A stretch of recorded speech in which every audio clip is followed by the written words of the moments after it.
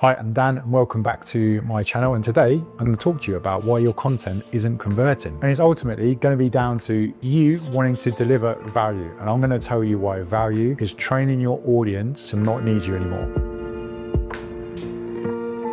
There's a certain pattern that everyone recognizes. You're posting consistently, people are liking, saving, maybe even replying to your content. And your audience is ultimately feeling educated, but nothing else happens.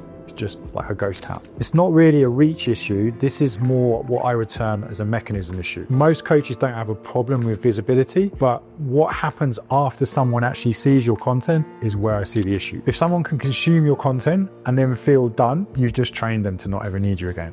When content provides closure, it enables your subscribers, your followers to just walk away feeling like satisfied. They've got what they need, right? And this you might have heard before, where people say don't coach in your DMs and things like that. And on one hand, I kind of get that, but a lot of people over the years have been coaching through their content as well. And ultimately you are training your audience to then not need you in the future.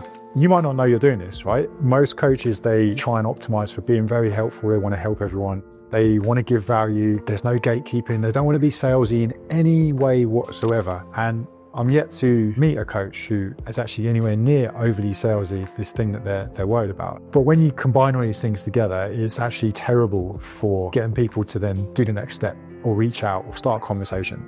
Value content in general is really designed to reduce the confusion out there, increase competence of your audience, and also to give clarity, right? You've seen the content, you've probably created it where it's like, here's 3 tips to do this thing. And everyone's like, brilliant. I don't know how many people do the tips, but they walk away feeling like they've gained some kind of knowledge and information, right? So if we give this clarity without context, it creates independence, which is great for your audience. But then if you want people to start taking the next step, we're not really bridging that gap.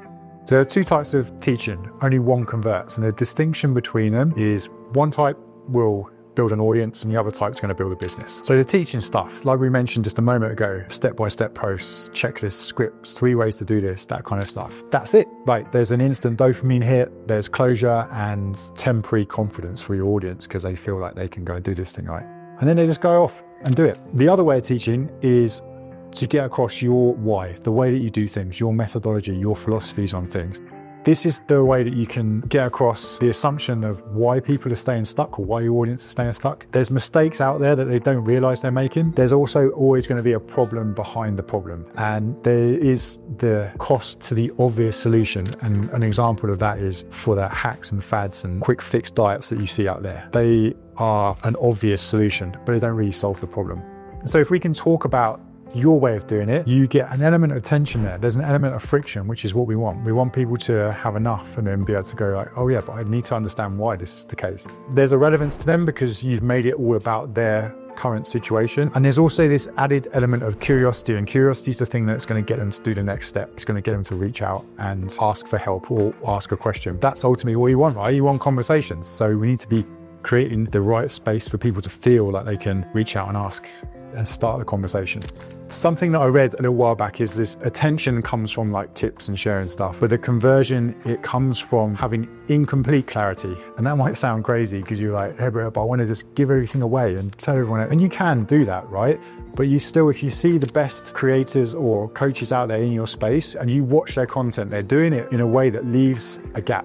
It leaves something else. There is no finishing off of the content they've created. They provide an immense amount of value, if you like, for their audience, and they really understand their audience, but they don't quite finish it, which is the bit that you need to understand and start adding to your content, is this curiosity gap. I want to also touch on here why engagement overall is a terrible metric. It's actually like a false metric. It tells you like what's agreeable, what's relatable, and it feels almost like safe. Like people are like, oh yeah, this is cool. But it doesn't tell you where someone is on the buyer's line, whether they're ready to decide to make an action or something. And it also doesn't tell you who sees you as a solution. So for me, like if you have high engagement, it can mask a lower commercial intent. So people wanting to then reach out. So if we have this high engagement, it can be hiding a lot of things potentially in the audience. And it might then make you feel like things are going well, but actually you're not getting what you need from it, right? Something I want to run through here is like a little bit of an example. So 3 ways to stay consistent with your training when life gets busy. Helpful, savable, dead on arrival. It just gives everything to them to feel resolved, right? You can reframe it, right? We can use a different way to approach this. Most people don't struggle with consistency. They struggle with choosing plans that assume they'll behave like a different person. With that, there's no list, there's no closure, there's an element of friction because we're calling out the problem behind the problem and we're really making it about the audience.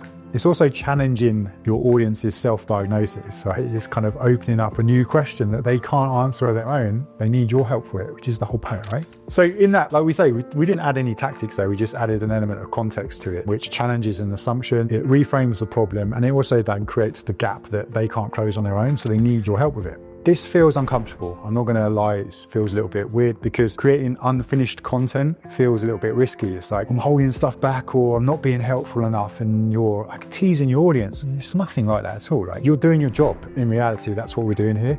You're positioning yourself as the person who has the missing piece, right? You don't have to do this with every piece of content, by the way, but it's just something to be aware of and start to apply a little bit and at least test it out, right? At the end of the day, you're not paid for the information. You are paid for your own judgment, sequencing, pattern recognition, knowing when and why to do things, right?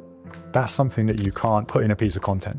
Some simple rules going forwards that you can do. For every post you're going to put out there, ask yourself, what belief does this rely on? What mistake does this correct? And what context does this require? So if you can start to lead with that instead, you start to open up those gaps of curiosity within your content. And if your content starts to feel slightly unfinished, like it's a good thing. Like just remember that, because that's where people start to step forward. They start to go through those circles of proximity that we talked about before, where people start to step a little bit close to you.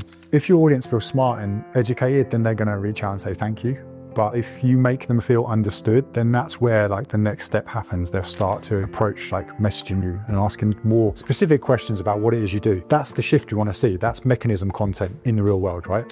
One example of a coach who does this really well is Josh. He calls out like a lot of bad practices in nutrition and the nutrition coaching space. He builds authority by showcasing to his audience where they are. But if you watch any piece of his content, you'll notice there's an open loop for every single piece. Nothing is finished. Even though he delivers an immense amount throughout his content, there's a gap. There's always a gap. You can go through every post and I guarantee it, you'll see it. So something he does really well is he challenges widely held beliefs. So for example, is this food safe to eat? Certain foods are like, this is good for you, this is bad for you. And actually he reframes that problem to why is there fear around this in the first place? The second example of this I want to show you is Luke, and he has a very, very specific message and brand position that he puts out there. And basically it revolves around like modern life has stolen your capability. Gyms are making you weak. And it's all about how he's got his own underpinning methodology that brings you back to rewilded. And that's his whole brand. That for me stands out like a mile because everyone does the same thing. Everyone goes to the gym, everyone trains. I'm not saying that might be for the right audience, but this is the way Luke is putting it out there. You've got to try and think about what's the thing that's going to stand out for your audience and the way you want to lead with it. And you can't fake this stuff either. It has to really be driven from you and a real passion for putting it out there. If you want some more advice and information on how to apply this mechanism content to your world, there's a link in the description that you can access a document that will help you get started. And if you do like content like this and you enjoyed this video, please subscribe to the channel because we've got loads more on here coming. I'll see you in the next one.